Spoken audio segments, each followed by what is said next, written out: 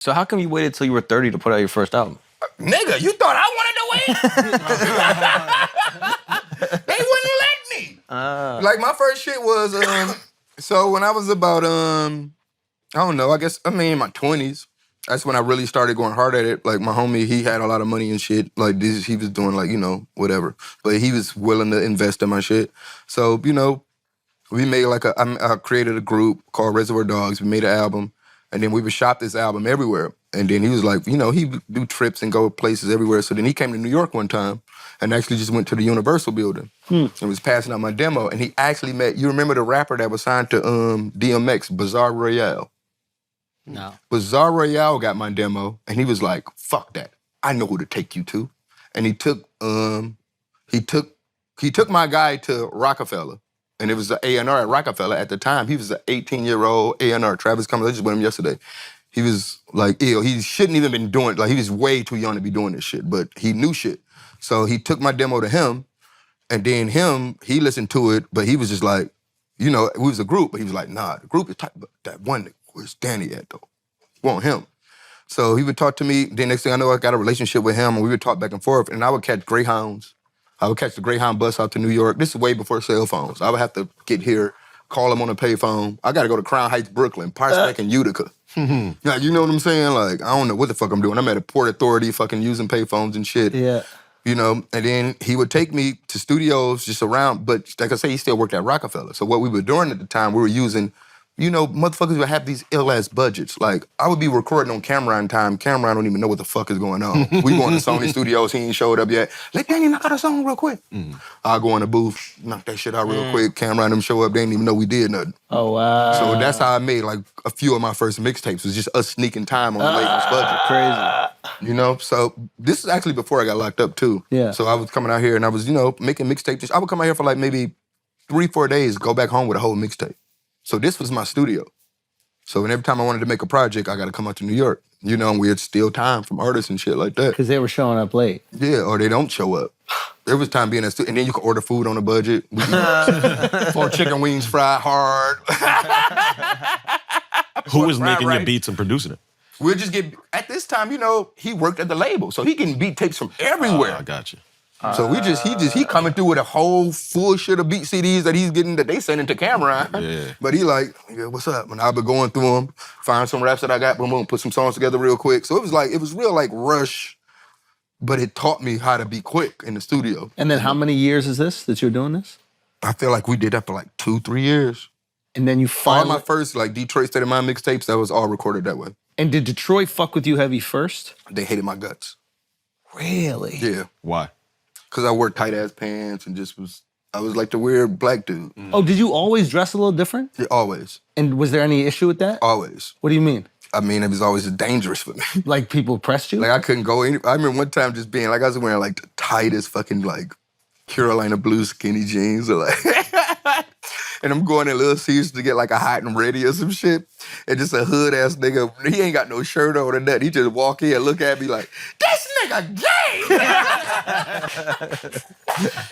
That's Detroit shit. And I'm like, what am I supposed to do in this moment? You got do we fight or what?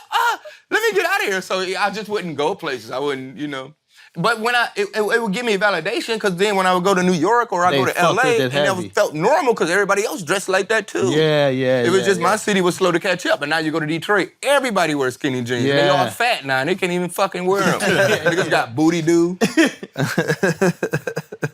Interesting. Okay, so it starts When did Detroit come around? To me? Yeah.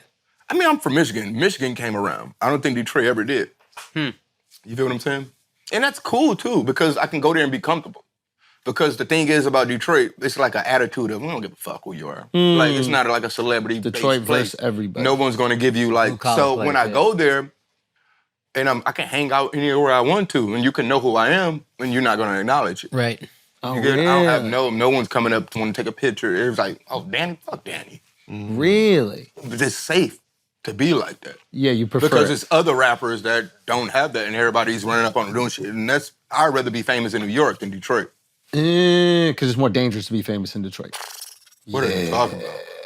So I think I'm older too. So I think they kind of look at me like an OG kind of. Yeah. So it's like, just see me around and shit. Like, so the only people that really do fuck with me is like the little white kids and shit like Really? that. Yeah. So like the niggas, the hood niggas, or even like going to like even like when I moved to Austin, Texas, like going to restaurants, they'll like comp my meals. So like I'll go into a restaurant, they'll just throw my whole album on. Wow. Go into a bar, they be like, Danny Brown, oh my God, free drinks all night. That shit would never happen to me in Detroit. Really? And I think I would rather have it that way.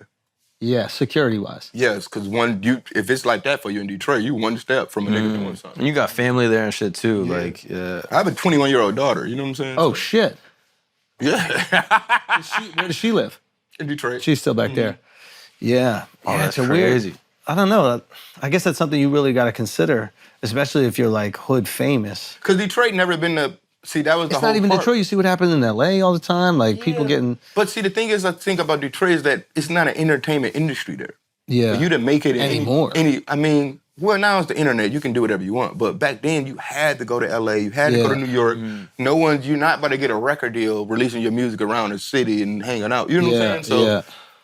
So it was always about going other places. And me going to these other places expanded my mind on what shit was going on. Yeah. You know what I'm saying? So when I hang out living in New York for like 2-3 months or living in LA for 2-3 months, then come back to Detroit, seeing how niggas dress and shit like that, the women, everything. I'm like, y'all niggas know what's going on right now, bro. This Especially shit is bigger before than the this. internet. This shit is bigger than, yes, it's bigger than this. So I already was thinking, you know? So I was always like an outsider kind of in that situation when people looked at me like, but it was a thing where people looked at me that I was cool because you'll see me like dressing weird or something, but just because of how long I've been doing it and everything, like, damn, that shit look fucked up, but I know 2 years later I'm gonna be wearing it too. So people kind of respected me because that's how it happened. Yeah. Like, you know? Yeah. So all like brands and stuff, like I'll be wearing that shit years before. I don't even wear it no more. Then everybody started wearing it. Why fashion? Why do you think you were drawn to that early? My dad was just super into fashion. I had young parents. That's what made me so ill in high school. Like my dad, all that shit. He's like Versace.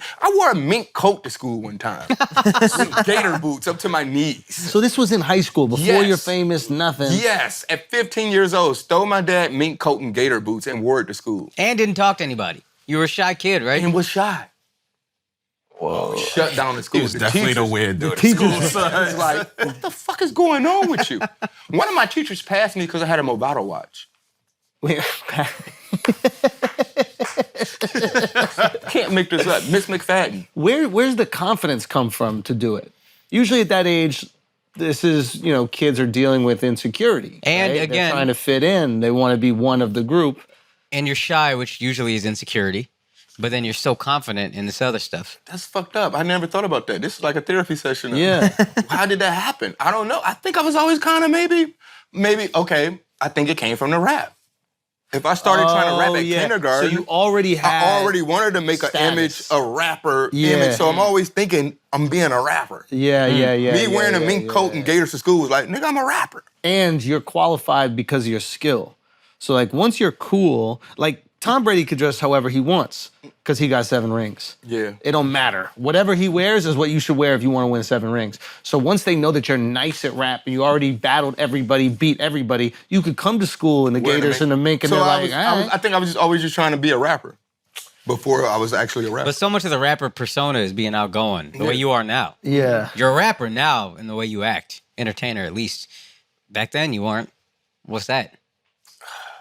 And I was scared to tell people about it, too. Yeah, you would only do it. That makes sense. You would wait for the opportunity. You go to new school, wouldn't say shit to anybody, and then finally, when the opportunity came to rap, me to show it, then I you would would show flex it. on everybody. But maybe you enjoyed that. Maybe you enjoyed like being the outcast and then winning people over. Oh, he can't do anything. He dresses weird. He looks weird. And then boom. I think I just always I held myself up high in that sense. And I always would be embarrassed to be like, to try to, like, you should like me for me. I don't have to, like, show you some Conform cool to shit. you, yeah. Yeah, I don't have to show you some cool shit that I can do to make you, like, want to fuck with No, me. you Like, should just know like what me I'm because I saying? wear a mink So I coat and think- gator boots. Yeah. You should like me for me. The guy who wears Versace and Movado. Yeah, choosing that. Like, I would wear, like, Versace to school and shit. Like, I was that kid. And what was extra crazy, too, working in Detroit, you had to be, like, 16. I had my first job at, like, 13. I lied on my application. Doing what? 16. Dishwashing. Waterworld. Yeah. You were still at Waterworld. Waterworld. I used to work at buffets, working $4.50 an hour. But no one had jobs at my age. Yeah, so then you had money. So I had money. Yeah. And I would just get it in all ones. I had like my paycheck probably be like $200 working 40 hours. But I would just get $100. I get $100 bill, and I'll have a whole bunch of ones, and I'll be in school with this bankroll all the time. That's fire. So you would see. So I always got money on me. Yeah. And it was just a weird thing, man. Okay, you're in Detroit. Eminem starts to explode. Did Detroit give it up for him, or did that come from the outside first? It came from the outside first, definitely. Really? But I would say when Eminem came out, it gave me hope. Explain. Because I was like, damn, a nigga from Detroit made it. Yeah. I changed my whole rap style after that. Like the whole high pitch, that's come from me hearing Eminem. I'm like, oh, this is about to be a style of Detroit. You know how every city has to have their sound? Yeah. I'm like, he's about to be the spearhead of this shit, so let me convert to this sound. Like, I probably didn't rap like the way I rap now before Eminem came out. And I was like, oh, and I just studied Eminem, tried to rap. I would literally just try to rap like Eminem. And what are your thoughts on him? I feel bad about how they try to treat him now. Yeah, And I feel like this is the most purest of him being in hip hop, to be honest, because he's having fun. He don't have no pressure to like make hit songs or like to be like a big rapper. And I feel like before he had all that shit, now he's obviously just making music to have fun because he wants to do it. He got all the money in the world. And then everybody's not, they trying to make him like a meme and like joke on him and shit. And that type of shit would make me not want to make music. Right. And the fact that he's still making music and be like, fuck everybody. But he probably is not an internet guy like we are, Yeah. So he probably don't see none of that shit. But Yeah. that shit, it kind of hurts my heart, man. Because I'd be like, man, he don't deserve that shit, kind of. No. Did you ever see him around or meet him? He did. I met him a few times. I played a real bad show one time. I opened for him, and I was like his opening act for like a little bit. Oh, really? Yeah, I played. My biggest show I played was opening for him in Wembley, at Wembley Stadium. Fuck. It was an amazing show, like 100,000 people. But one time I did too much fucking Adderall. And I just was sad and shit. And I don't know, just was going through a lot of shit. And I had to open for him. And I played a show. It was actually, I remember, it was me, Run the Jewels, Russ, and M.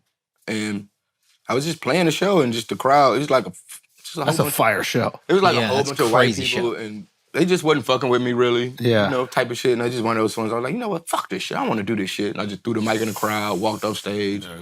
And yeah, I've been fired ever since. You can't explain to Eminem that you were doing too many drugs and that caused problems. He wouldn't have But that's the sympathy for thing. that. He don't want that shit around him. Yeah. Oh, because he's trying to stay away from it. Yeah. So me just being even Holler that at him now, story- dog. You're sober. Even This that is story. time. Who's sober?